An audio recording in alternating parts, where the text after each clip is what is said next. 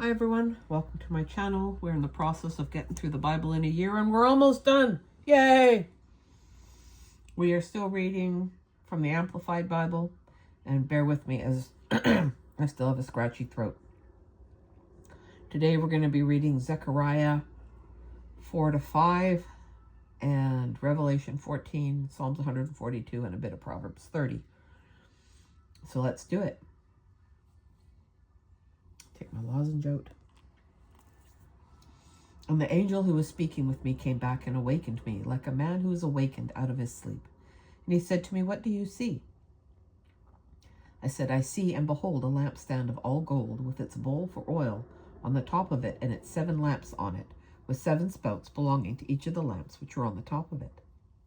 And there are 2 olive trees by it, one on the right side of the bowl and the other on its left, supplying it continuously with oil."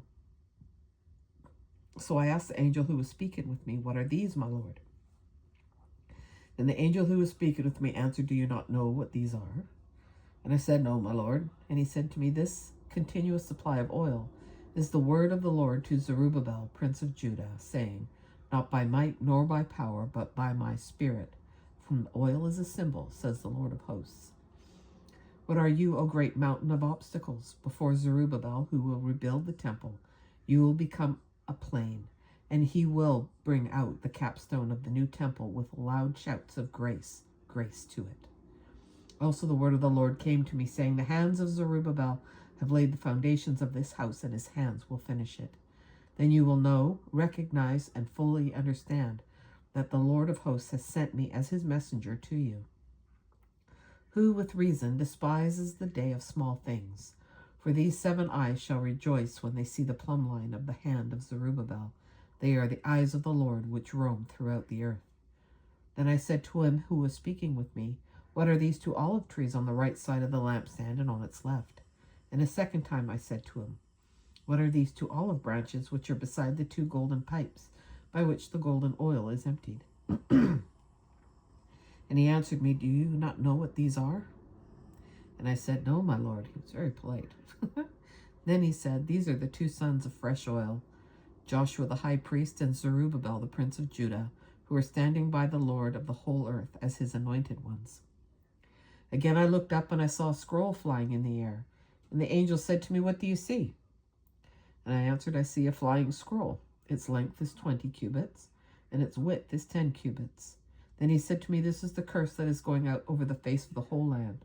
For everyone who steals will be cut off according to the writing on one side, and everyone who swears oaths falsely shall be cut off according to the writing on the other side. I will send the curse out, declares the Lord of hosts, and it will enter the house of the thief and the house of the one who swears falsely by my name, and it will spend the night in that house and consume it, both its timber and its stones." Then the angel who was speaking with me came forward and said to me, "Now look up and see what this is going forth." And I said, "What is it?" And he said, "This is the ephah, a grain basket going forth. This," he continued, "is their appearance throughout the land.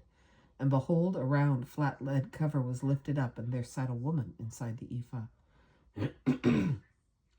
Then he said, "This is wickedness, godlessness." And he threw her back down into the middle of the ephah and threw the lead cover on its opening. Then I looked up, and there were 2 women coming out with the wind in their wings. And they had wings like the wings of a stork. And they lifted up the ephah between the earth and the heavens. I said to the angel who was speaking with me, "Where are they taking the ephah?" And he said to me, "Back to the land of Shinar, Babylon, to build a temple for her, and when it is prepared, she shall be set there on her own pedestal." Okay, Revelation chapter 14.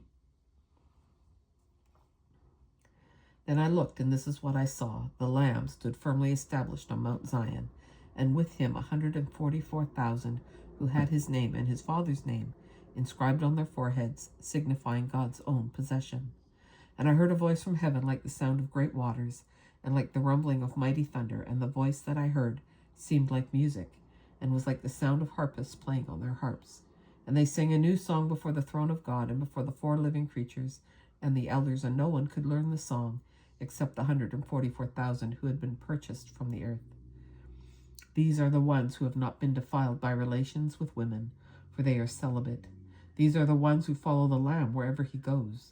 These have been purchased and redeemed from among men of Israel as the first fruits, sanctified and set apart for special service, for God and the Lamb. No lie was found in their mouth, for they are blameless, spotless, untainted, and beyond reproach. Then I saw another angel flying in mid-heaven with an eternal gospel to preach to the inhabitants of the earth, and to every nation and tribe and language and people. And he said with a loud voice, Fear God with awe and reverence, and give him glory and honor and praise and worship, because the hour of his judgment has come. With all your heart worship him who created the heaven and the earth and the sea and the springs of water. Then another angel, second one, followed, saying, Fallen, fallen is Babylon the Great, she who has made all nations drink the wine of the passion of her immorality, corrupting them with idolatry. Then another angel, a third one, followed them, saying with a loud voice, Whoever worships the beast and his image and receives the mark of the beast on his forehead or on his hand, he too will have to drink the wine of the wrath of God, mixed undiluted into the cup of his anger, and he will be tormented with fire and brimstone, in the presence of the holy angels and in the presence of the Lamb. And the smoke of their torment ascends forever and ever, and they have no rest day and night, those who worship the beast and his image, and whoever receives the mark of his name. Here is encouragement for the steadfast endurance of the saints, God's people, those who habitually keep God's commandments and their faith in Jesus. Then I heard the distinct words of a voice from heaven saying, Right, blessed, happy, prosperous, and to be admired are the dead who die in the Lord from now on. Yes, blessed indeed, says the Spirit, so that they may rest and have relief from their labors, for their deeds do follow them. Again I looked, and this is what I saw. A white cloud, and sitting on the cloud was one like the Son of Man, with a crown of gold on his head and a sharp sickle for swift judgment in his hand. And another angel came out of the temple, calling out with a loud voice to him who was sitting upon the cloud, Put in your sickle and reap at once, for the hour to reap in judgment has arrived, because the earth's harvest has fully ripened. So he who was sitting on the cloud cast his sickle over the earth, and the earth was reaped. Then another angel came out of the temple in heaven, and he also had a sharp sickle. And another angel came from the altar, one who has power over fire. And he called with a loud voice to him who had the sharp sickle, saying, Put in your sharp sickle and reap the clusters of grapes from the vine of the earth, because her grapes are ripe for judgment. So the angel swung his sickle to the earth and harvested the grapevine of the earth, and threw the grapes into the great winepress of the wrath and indignation of God, as judgment of the rebellious world. And the grapes in the winepress were trampled and crushed outside the city, and blood poured from the winepress, reaching up to the horses' bridles for a distance of 1,600 stadia.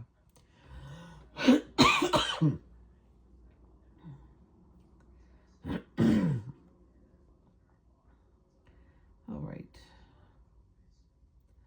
Finding the book of Psalms and finding chapter 142. Here we go. I cry aloud with my voice to the Lord. I make supplication with my voice to the Lord. I pour out my complaint before him. I declare my trouble before him. When my spirit was overwhelmed and weak within me, wrapped in darkness, you knew my path. In the way where I walk, they have hidden a trap for me. Look to the right, the point of attack, and see, for there is no one who has regard for me to act in my favor. Escape has failed me, and I have nowhere to run. No one cares about my life.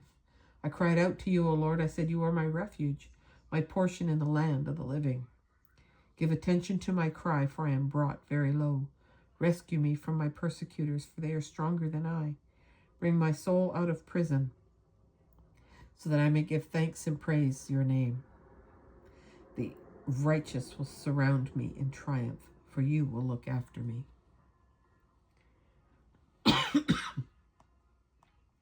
Proverbs 30, verses 21 through 23. Under three things the earth is disquieted and quakes, and under four it cannot bear up. under a servant when he reigns, under a spiritually blind fool when he is filled with food, under an unloved woman when she gets married, and under a maidservant when she supplants her mistress.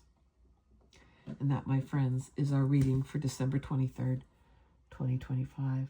Thanks for joining me. Thanks for sitting with me. And I hope you'll catch you on the next one. Until then, take care, and bye for now.